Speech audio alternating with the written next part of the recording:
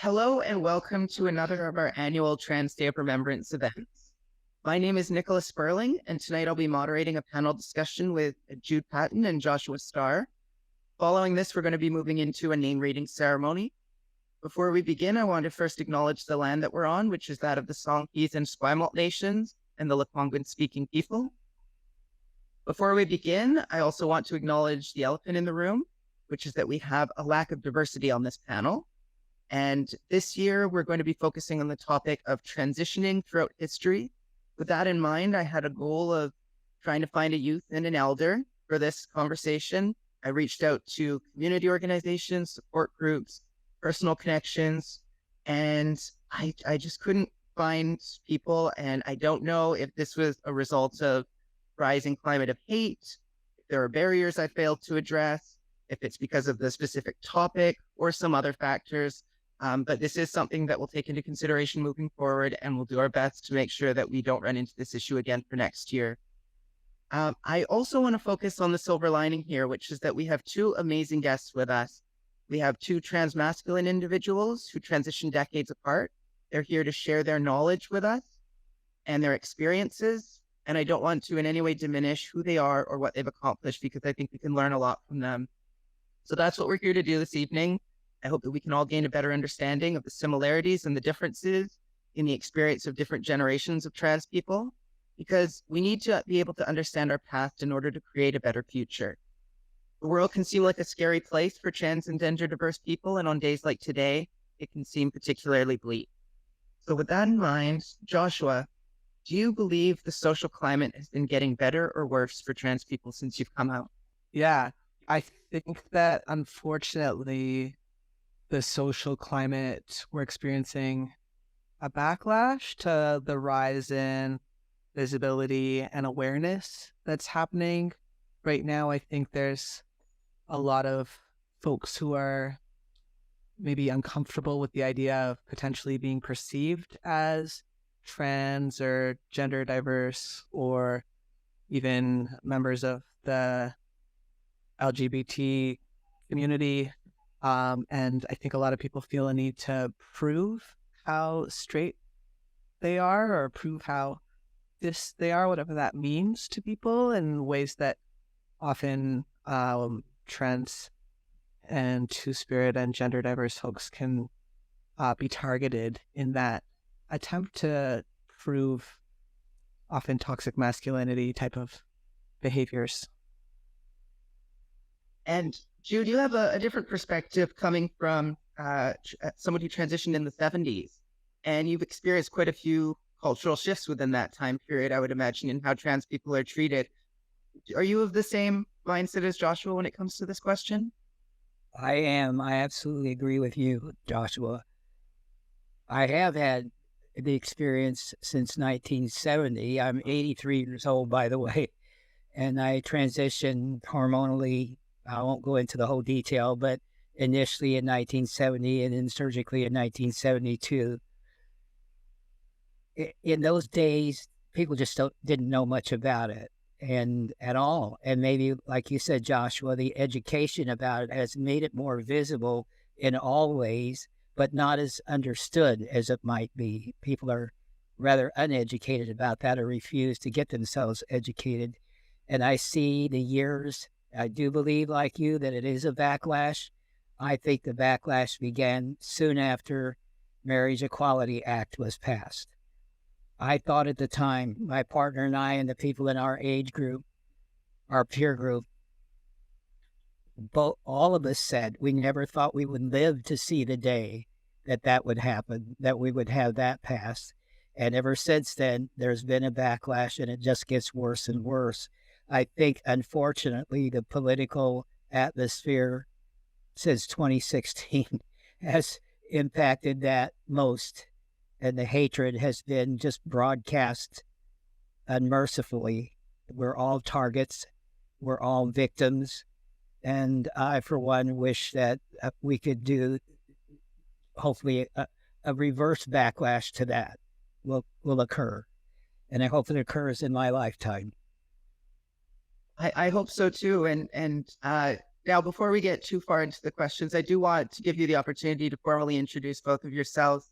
So starting with Jude, can you introduce yourself and why Trans Day of Remembrance is important to you? Well, again, my name is Jude Patton, and I mentioned I'm 83, so I've lived through quite a number of years, and I'm also, along with being a transgender person, and I identify myself specifically as a trans man, because in some ways I think that's an explanation of what I'm trying to achieve in my life, and it's somehow a step above simply having to take what I was born with. I am a therapist. I'm also a physician assistant in psychiatry. All of us are trained in family practice. And I've had the opportunity to work with people with hormones and surgical kinds of aftercare and pre and post care. I'm familiar with that. Currently, I work online only for a variety of reasons. I work in my private practice, but I also work online for one of those platforms that does that. It's called BetterHelp as a therapist. I am and have been an activist and an advocate from the beginning. I am open, out, and proud. Even my profile on BetterHelp explains all of that and more. And it's interesting because I had to make a statement that although I prefer to work with the LGBTQ plus community members, that I don't discriminate towards straight people. So I had to put that out right away. And still my interest is there. And as I've gotten older, my interest has expanded to people who are my peer age group and younger. I I have edited 2 books to date about trans elders, and they're called Transcestors. And it's part of a series that I hope to continue to edit. I have had a good response to that. And I've invited people over the age of 50, and I had trouble deciding what is an elder. What age does that start? I do believe that we have not done enough to consider us, and I'm really pleased that you're having this intergenerational dialogue. I think it's very valuable to all of us to teach each other what's important.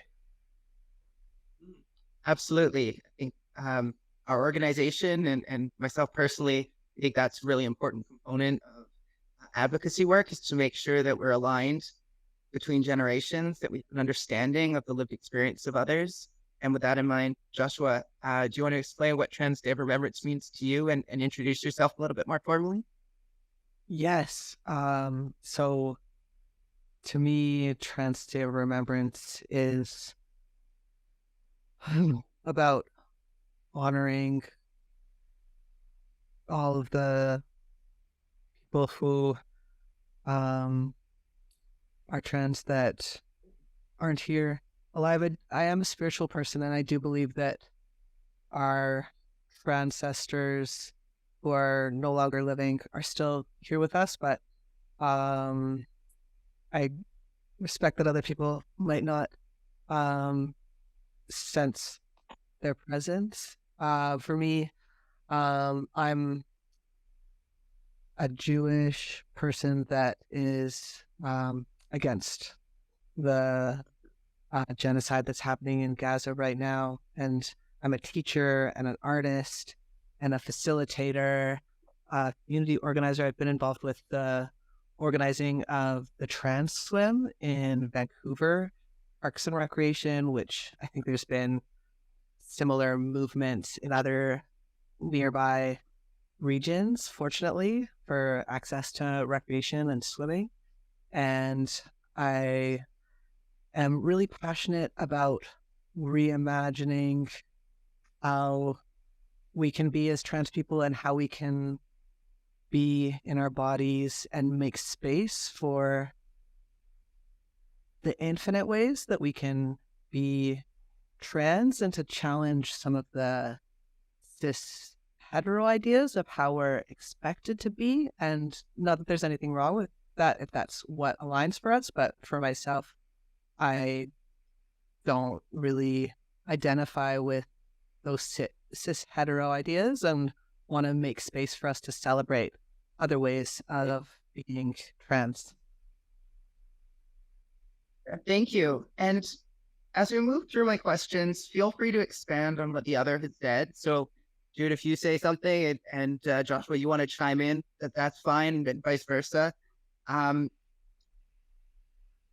Jude, can you talk about how you came to the realization that you were trans and when you began your transition?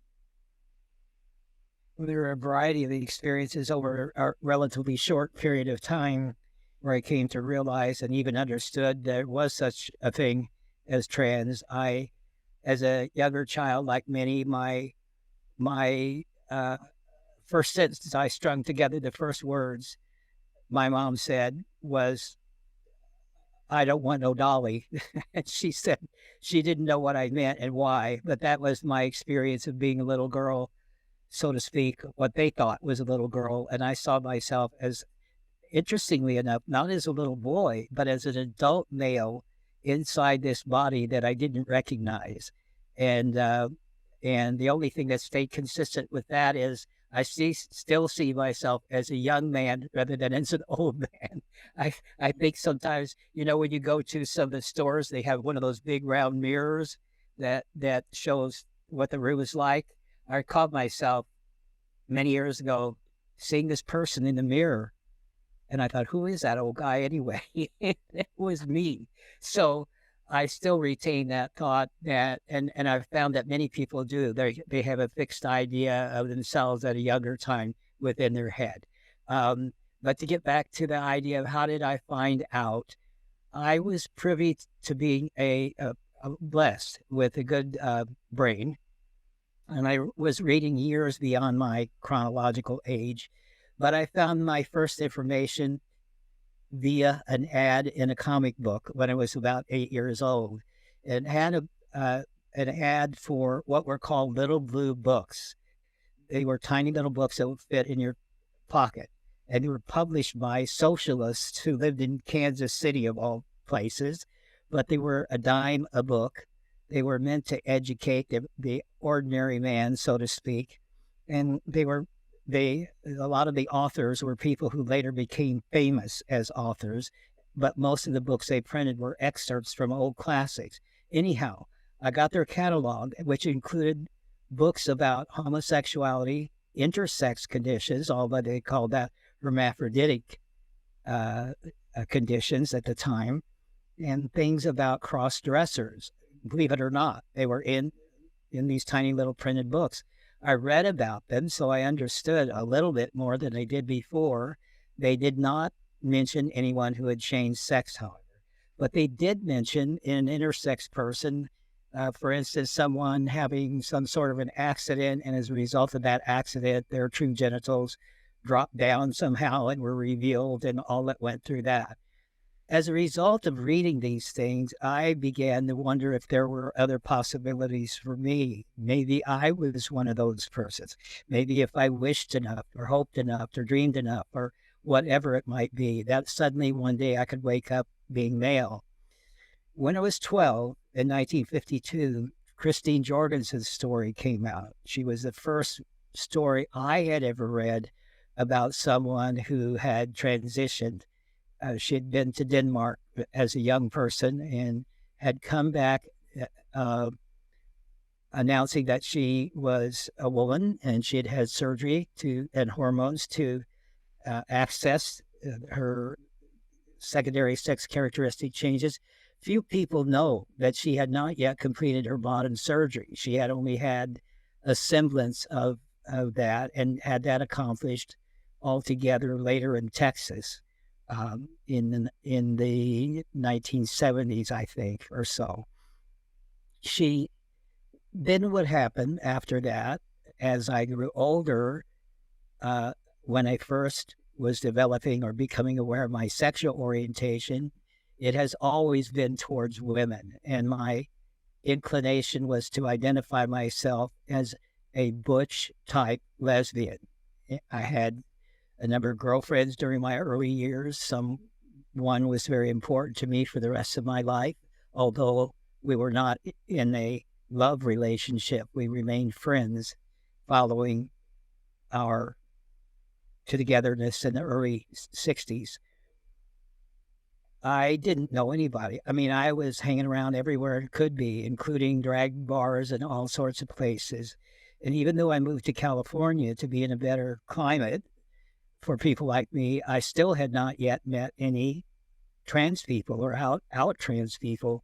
And then I began to meet a few male to female trans folks who were coming out, but still there was no one like me.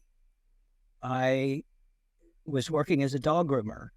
And this is a long, I don't want to keep it a long story, but short story there was one day my employer hired another dog groomer. And of all things, he was a trans man. He was one of the very first trans men at Johns Hopkins to go through surgery. We think of their work in 1965 when he had his top surgery there and was on hormones. We mostly think that they were working primarily with trans women, but they weren't. They did a cohort of 6 trans men, and he was one of them. And this is, I mean, serendipitously, here he is years later coming to California to go to Stanford University, hoping to get his bottom surgery done there. And as it turned out, he befriended me. That first day we met, we talked about everything he recognized in me, but I didn't yet recognize in him that he was not always what he seemed. He asked me to come to his apartment. He had Harry Benjamin's very first book, The Transsexual Phenomenon. He gave it to me, and it's the first time that I saw myself truly knowing who I was. Fortunately, he had an endocrinologist he was already seeing, gave me his name. That person straight away sent me off to his psychiatrist. I had evaluation by both of them. They thought I was a classic case. Rather than having to wait any longer, I was escorted almost straight into the surgical suite. They sent me to Stanford. Their folks approved of me as well. That was in July of 1972, and by September, I had my first surgery. It took over a year to complete 4 different hospitalizations with multiple surgeries each time. It was probably 16 years later for sure, before a trans man other than I got a lot of press, and that was Jameson Green. Many of you know of him or know him or have seen him speak or have read his book. So for 16 years, other than, I guess, Steve Dane and a couple of other folks, there were no out trans men. We were the ones that were called to speak somewhere. We were the ones that were going to colleges and educating people, and we were the ones writing articles. I will say, and I have to include Rupert Raj, who's from Toronto, as being part of that early cohort. And for a long time, it was people like us who kept contact behind the scenes. Most trans men were not out. They chose not to be out, and many choose not to be out today. I see why. I see the fear. I know the fear. I know that some people can't take that risk. But for those of us who can, I think standing up and standing out is absolutely necessary for those of us who can. And as someone and thank you, Joshua, for being one of those people. Oh, yeah, thank you for being one of those people. Yeah, proud to share this with you. And I'm going to get to you in 1 second, Joshua. But one other question I have for you, Jude, is as someone who started their transition in the 70s, what was it like to live as a trans person at that time? Well, it's funny because I chose not to do what they insisted we all do, which is go far, far away and never tell anybody about your past. I had friends and I had family who loved me, thank goodness, and I wasn't willing to do that. And I lived in it wasn't a small community, but it was small enough with people I'd known for practically all of, at least for the last 15 years or so.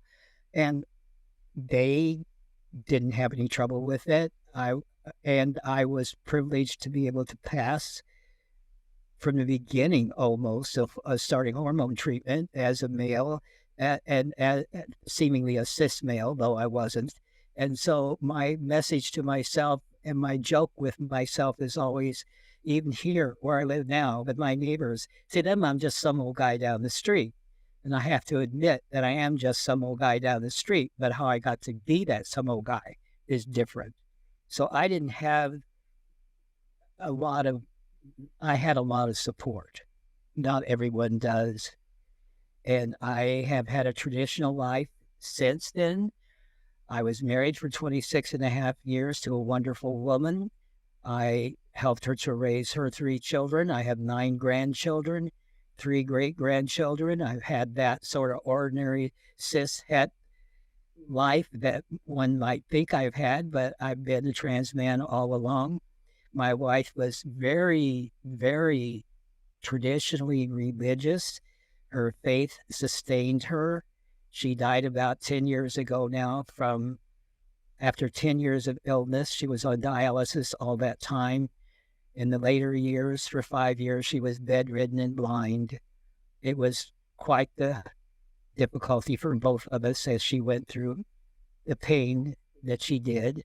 I'm blessed with a new partner who is absolutely gives me unconditional love and supports everything I do. That's so nice to hear that you've had that love in your life. And sorry to hear about your wife, and I'm glad that you have someone with you now. Joshua, when you hear something like that, how does that story that Jude has told relate to your transition? Have you noticed similarities, differences? Can you maybe talk about how you came to the realization that you were trans and when you began your transition?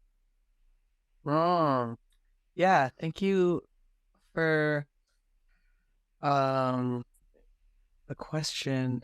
I think that in some ways my journey's been quite similar, and then I think there's been a lot more access because I'm a couple of decades younger, and because of the work from folks like Jude, the way has been paved for me, and I'm grateful for our elders for your work. So thank you, Jude. And I feel like when I was growing up, there also wasn't really a visibility around trans men, and wasn't that much neutral or positive visibility of trans women either. I feel like it was mostly kind of on talk shows that were trying to make people look dramatic and unreasonable and make us out to be some sort of butt of jokes, that type of thing. And I think realizing that I was trans was a result of being in spaces where I was able to experiment with that. So I remember going to a trans support group before I knew that I was trans, but I was just kind of questioning and going to the space without really knowing where I belonged. And then I think meeting other trans people and feeling like the sex that was assigned to me at birth just wasn't the right fit were important pieces, as well as I was fortunate to move to a new city and being able to experiment with how I present myself and the names and pronouns that I use was easier for me to do than if I was still around the same people that I had grown up with. So that was an important part of my transition, and I'm not sure how long it would have taken or if it would have ever happened if I was still in like the fairly conservative neighborhood that I grew up in. Thank you. And Jude, as an activist of more than 60 years, what are some of your most memorable moments in the push for trans rights and freedoms?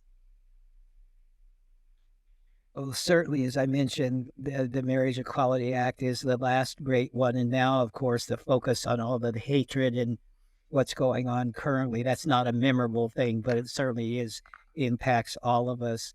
In the earlier years, I think eventually when other people began to stand up and come out who were trans men, it was very transformative for the trans men's community. We had so many women who were able and willing to come out and speak for themselves, but we didn't have much communication between our groups. And it's only been since about the mid 1990s that some of the national conferences for trans people began to be more inclusive of the other sex, okay?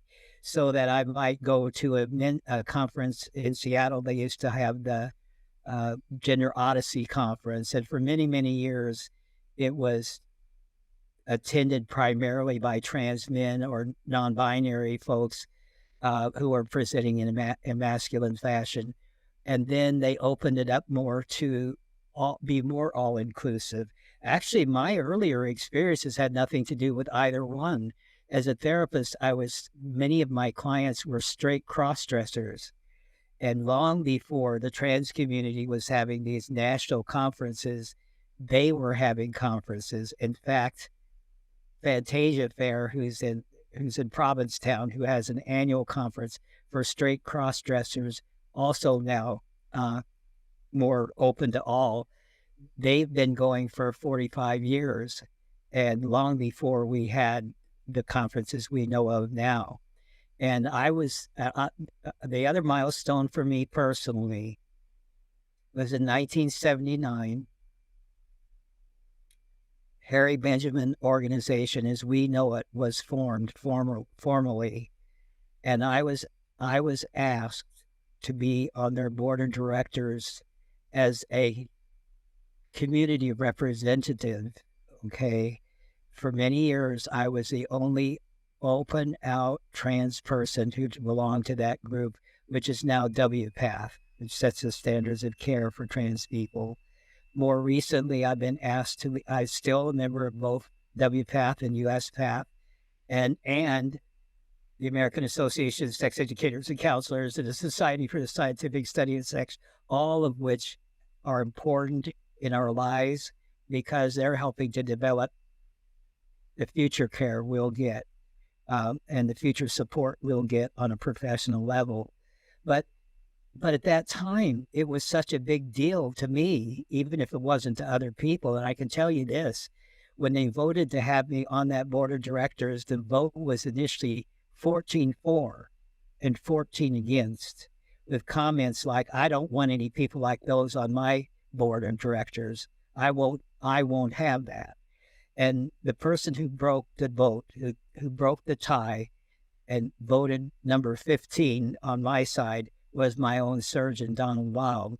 So we've had a history within the professional community of seeing us as sick somehow and as not being full human beings that were worthy of joining their professional organizations. That rarely exists now. I can probably count only a few people who still feel that way. So to me, not only has the community come a long way, but the people that serve us and should be serving us and looking out after our welfare before anything else have come a long way as well. It's interesting because in the early days, I stopped doing some of the media shows you talk about, Joshua, because it came like a dog and pony show. They were just looking to sensationalize everything. And I stopped doing them because of that. However, there's an article of all places, Playgirl magazine, which was like Playboy magazine, only a smaller physical format. There's an article in there that features my picture and an article that mentions me and my background from 1977. And that magazine no longer exists. I do have a couple of copies of it, thank goodness. And there were magazines that also featured me and Steve Dane and a few other people around the 70s and early 80s. The other thing that helped, I think, forward all of our causes that have to do with anything with sexuality, identity, or orientation is the development of the fact that women got birth control and the fact that sexual education became a very popular idea in the 70s all through the 80s. And we don't think about that anymore, that it was that early. And Joshua, when you hear about Jude's experiences, what are some lessons that you think youth today can learn from our trans elders? I imagine that most trans folks and gender diverse and non-binary two-spirit folks have felt alone and maybe like nobody understands us, and maybe even like people don't care about us or love us if we're feeling isolated, which is something that I have experienced, and I imagine that many folks have experienced, especially given the climate of heat that is happening these days as well as historically. But the way that it's happening is different. But anyways, maybe to learn that we're not alone and that we are making change, and that while the change that we're seeing is not linear and it's not always moving towards us feeling safer and more understood, that I do have hope that we will get to a place where we're working towards liberating ourselves and each other together. And I see that in the stories that Jude has shared. And I think that these things are happening now with, for example, the movement around Palestinian liberation and anti-racism and supporting trans rights and queer rights. And I think we're building these bridges and understanding that we're all connected, and that the more that we can work together and build relationships with each other and understanding, I think we will become safer and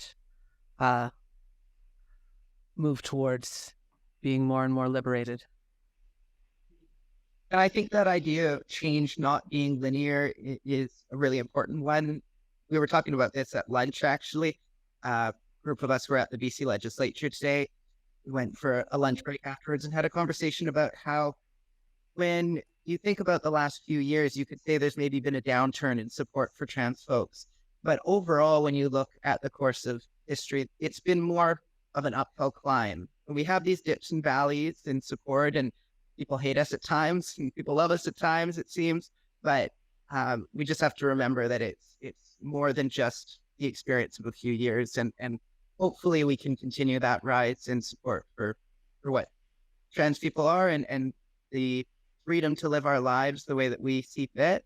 Jude, do you think that different generations of trans people do a good job of listening to and supporting each other? Frankly, no.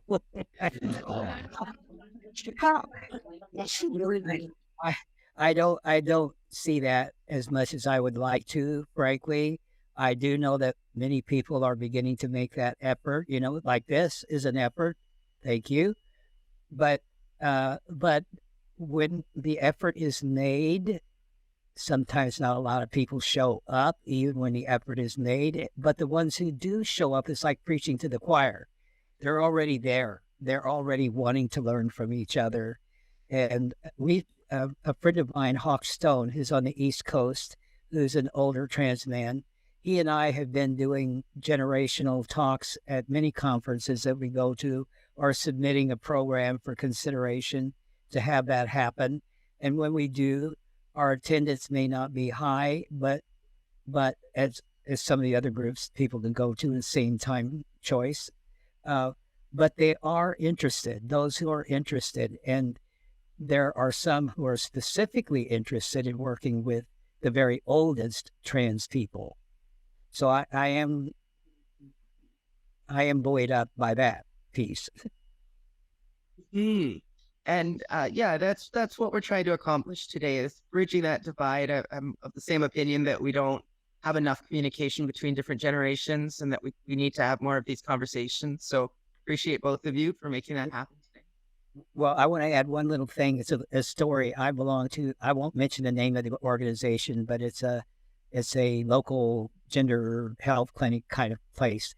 And one of the people who's no longer there, thank goodness, who came in one evening was asking us to all introduce ourselves and talk about something as an icebreaker that we'd done fun earlier in the week. And so they went around, different people talked about it. When it came my turn, I said, oh, my partner and I went to see Johnny Matheson concert. And his immediate response was, oh, yeah, I heard a lot of the wheelchair and cane crowd was there. I thought, you asshole. You know, first of all, to have that attitude about older people, then disparage disabled people, and then think that every disabled person is old and every every person as who, and I shouldn't use the word disabled either, but I think you get what I mean in terms of his whole attitude was disdainful of older folks. And I once went to that same group's meeting that was held to introduce that group to a local hospital organization, and I was the oldest person in the room, and I was ignored. If I went to a table to pick up information and have a conversation, the people who were there, who were 30 years younger than I and more, ignored me, didn't give me an opportunity to speak with them. And I felt like, again, like the elephant in the room, so to speak, and just picked up the literature I could and left. So I do feel that it's not just aging trans people, it is everyone who's aging. I have more isolation because of my age than I do because I'm trans. People look through me. People do not include me. And it is not okay. Yeah, I appreciate you sharing that. That's an awful story, and actually a topic that I covered recently on my podcast. I host a podcast called the Social Justice Podcast, and we had an episode on ageism. And Barbara Finley, some of you may know, was one of our guests, and she spoke about how people would just look over her. Once she reached a certain age and her hair started to go gray, people would ignore her in a room, and she actually went and dyed her hair blue just as a way of getting people to get the attention at least, right? Yay. And, well, thank you for your podcast. Yeah, and I don't know if you heard this, but we had a few folks in the room who responded to your comment about not wanting to say disabled by saying okay to say disabled. That is the correct terminology, and so you're all good there. Well, I know some folks who are not good with that, so I need to be. I'm very conscious. I don't really want to offend anyone. Period. And I am. I have limited vision. I have mobility issues and all kinds of things, but they're not visible. I have invisible difficulties, physical difficulties. Indeed. And Joshua, what do you think that we can do, and what can allies do to improve society for trans and gender diverse people? Yeah, great question. I think the first kind of foundation is around respecting our names and pronouns, obviously, and then I think checking in with trans folks and supporting trans artists and businesses, and doing our own work around educating ourselves to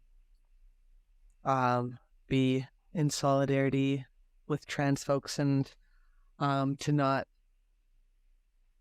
put that burden of the educational work and emotional labor of that on random trans people who already often have their plates full with just navigating transphobia. So to not ask people invasive questions. Sometimes when I've been at the pool and I have scars on my chest, and this happened more in the past than in the present, but people would just ask me about my body and feel entitled to that type of information. And I think we have some work to do as a society to learn how to respect people's privacy and not feel entitled to information about other people's bodies. And I think that's particularly sensitive when it comes to trans folks and some cis folks who maybe watch some of those TV programs where trans people may have been not treated with respect, might expect that those are normal ways to interact with trans people and to feel entitled to information about us. But I think this is an interesting place where there's an intersection of the need for a culture of consent and bodily autonomy, as well as respecting trans folks. And when we respect our privacy and our ability to choose what we feel aligns with our bodies, I think that's a really important part of showing up for trans folks, no matter how old we are. I'm going to ask a question of you guys first, because it's on the same subject. Do you feel like sometimes our own folks are our own worst enemies in terms of infighting and disagreements within our community, or not? Have you had that experience? Joshua, you and I can probably try to speak to this. You had something that you wanted to say there? Oh, yeah. Unfortunately, I do find that there is sometimes, I think it's called lateral violence of, infighting within marginalized communities. And I think a lot of us in the trans, gender diverse, and two-spirit community have experienced trauma and different types of social and emotional violence, and sometimes that trauma can be transferred within the community when we don't have the capacity or access to do that healing work, which is really unfortunate. And I try really hard not to interact in our communities in ways that create more harm. But I think sometimes when people feel like we don't have a lot of power, we can try and put other people down that also don't have a lot of power, and it can get really messy, and it's really sad. But I think there's a lot of amazing work being done around transformative justice by people like Adrienne Marie Brown, and that are trying to support that healing and a responsibility that we have to ourselves and each other and how we interact. So hopefully that'll change over time. I hope so. Yeah, and I think from my perspective, it can seem like the world is out to get you at times, and it can be difficult to figure out who your allies are and who aren't your allies. And I think that can be a source of a lot of infighting. I think there's also this idea that as a larger community, we need to present sort of a united front, and we need to have same opinion about everything. Otherwise, we're doing a disservice to our advocacy. And I don't think that that's the case, but I think a lot of people can get wrapped up in that idea, and that can also lead to a lot of infighting. And I think we just have to really be able to figure out how to emotionally regulate ourselves and participate in discussions like these, and challenge our notions of what we think is the correct path, and not to say that we need to give hate or anything like that a platform, but I think there's the ability to have more nuanced discussions, and that's something that we should focus on. Yeah, can I add something to that? Mm. Yeah, I think it's important for us to be able to disagree respectfully and not have to all have the same way of thinking about things and the same way of relating to our bodies and our politics, because we all get to make those decisions for ourselves. And I think it's important for us to be able to disagree and to be able to hold that space so that we're not all forced to think the same way. Do you have thoughts about this question about what our allies can do to improve society for trans and gender diverse people, and what we as trans and gender diverse people can do? Well, I think our allies, I have a quote from a friend, you don't identify yourself as an ally. You become an ally when the community identifies you as such. So I think it's in the doing and in the support that they can offer, and those who can stand up and stand out from their own perspective. We are fortunate enough to have parents groups and professionals who are grouped themselves under that category. But I do believe my friend when she says that she became an ally because the community made her an ally. She could not ever feel that she could identify herself as such. That comes from the community itself. And I do believe there's a lot of work that allies can do from their position of power that we yet don't have, unfortunately.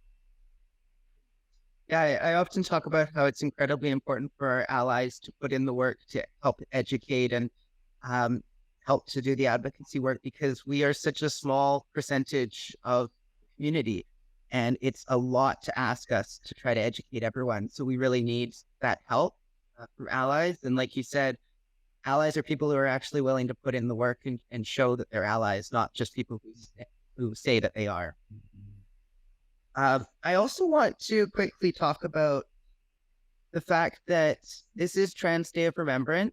You are two trans masculine individuals, and on Trans Day of Remembrance, we often recognize trans women who've been lost. The vast majority of the people who end up being killed around the world are trans women, and I think there's a variety of reasons for that.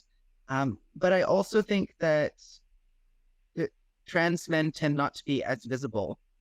And that's not necessarily a good thing. It's not necessarily a bad thing, because if you're not getting killed as much, that's a good thing. But if you're not getting the advocacy work done that needs to get done because people aren't paying attention to you, then that's a bad thing. What are your thoughts on this topic, on this day? Very broad. I don't want to get too specific with a question here, but do you have some thoughts on the overrepresentation of trans women on Trans Day of Remembrance? Well, I am as concerned not only the overrepresentation of women, but of women of color, and that the most marginalized people, certainly people who have intersectional things going on that in their identities, are the ones that are targeted the most. They're the most vulnerable. And so I do believe not as many men are reported as women. I happen to have a story about a person who was in a group I helped to facilitate many years ago in Orange County, California. And his story mirrored the one you heard later, the movie that was made that we all know about. His story was much the same. His girlfriend's ex-boyfriend killed him out of jealousy. and was especially annoyed that she was dating a trans man, not another cis man. So, and we also had, along with that person, now this group ran for 13 years, so it wasn't a large number of people who ended up in that situation. There were only 2 that did. The other was a trans woman, Hispanic. She was a hairdresser. She earned every penny of the money that she saved for years to get her surgery done. And she was dating a guy she had known very long. And when he found that she was a trans woman, he killed her. Both of the perpetrators were prosecuted. They were jailed, but their time in prison was not equal to the events they caused. That they didn't get enough punishment, as far as I'm concerned. And interesting, the man that was killed, the trans man that was killed, the person who killed him did not use the defense that they typically use when they're accused of killing a trans woman. The trans defense, I didn't know, and therefore I have every right to take this person's life. I would like to see the day when we have nothing to report, when there's no names on the list. I'm sure we all here feel that way. Yeah, I think we all feel that way, absolutely. And Joshua, we're getting close to the end of the panel here, and I know that you have to head out. Are there some words that you want to say about this before we wrap things up? Yeah, I think similar to what Jude said. I think it's the most marginalized folks that unfortunately experience the most violence so often. Sex workers and trans women of color. And it's really messed up. I think that's going to bring us to the end of the panel in that case. And we're going to be getting into reading a list that is primarily trans women of color.